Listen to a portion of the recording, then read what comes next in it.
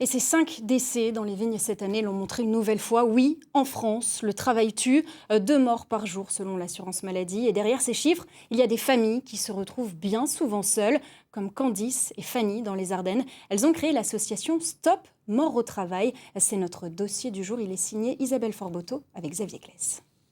Il s'appelait Vincent et en fait il est décédé en 2012 dans un silo de sucre. Il a été enseveli dans un silo de sucre à Bazancourt avec Arthur. Ils sont décédés tous les deux. C'est dans un de ces silos de l'exploitation Cristal Union à Bazancourt que le drame est arrivé en fin de matinée. 2 ouvriers ont été ensevelis sous des tonnes de sucre après une chute d'environ 50 mètres. Près de 12 ans plus tard, Fanny, la compagne de Vincent, est encore en procédure judiciaire. Le 24 novembre prochain, elle est reçue au pôle social pour être indemnisée. Une dernière étape. C'est pas une dernière étape dans le drame, c'est une dernière étape dans le parcours judiciaire. Après, comme j'ai déjà dit, moi, on pourra me donner tout l'argent du monde, ça ne ramènera pas Vincent. Malheureusement, actuellement, dans les tribunaux ou au pôle social, c'est la seule chose qu'on peut avoir, en fait. C'est de l'argent pour une vie qui a été brisée. Fanny et Candice ont toutes deux vécu la mort d'un proche. Ensemble, avec 17 autres familles, elles ont créé la première association nationale Stop aux morts au travail. Une façon aussi de rompre cette solitude face au drame. Mais de rien, je t'en prie. On va représenter ton fils. Quand l'accident se produit, on est livré à nous-mêmes. On est confronté à plein de choses en même temps. C'est un tsunami. Et du jour au lendemain, on doit faire face aux obsèques, on doit faire face à toute une paperasserie par rapport à la sécurité sociale, par rapport à la gendarmerie, par rapport aux enquêtes qui se font, par rapport au parcours judiciaire.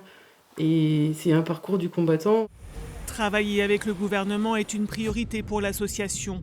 Reçue le 4 mars dernier, ses membres ont réussi à accélérer la mise en place d'une campagne de prévention.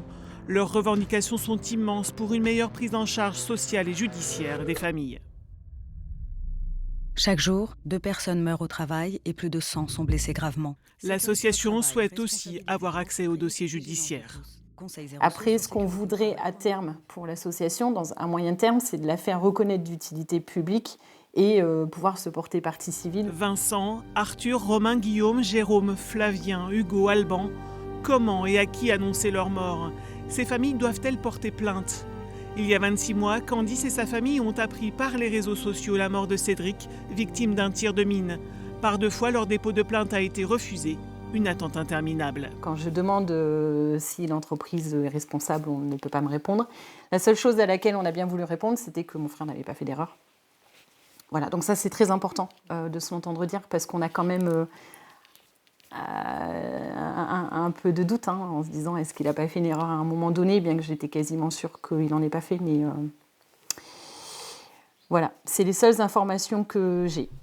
Pour Fanny aussi, l'important a été de savoir que son compagnon n'avait pas commis d'erreur. La justice a ensuite condamné les entreprises, mais au-delà de ça, elle aurait tant aimé un peu d'empathie. Aucun des mis en cause s'est excusé pour ce qui s'était passé. Il y a juste leurs avocats, au début de leur plaidoirie, qui se sont excusés pour leurs clients. Mais les clients, ils ont eu la parole et il n'y a aucun qui a eu un mot de compassion ou un mot d'excuse. L'association veut mettre en place une entraide forte pour toutes les familles touchées et créer un collectif de professionnels, inspecteurs du travail, avocats, psychologues.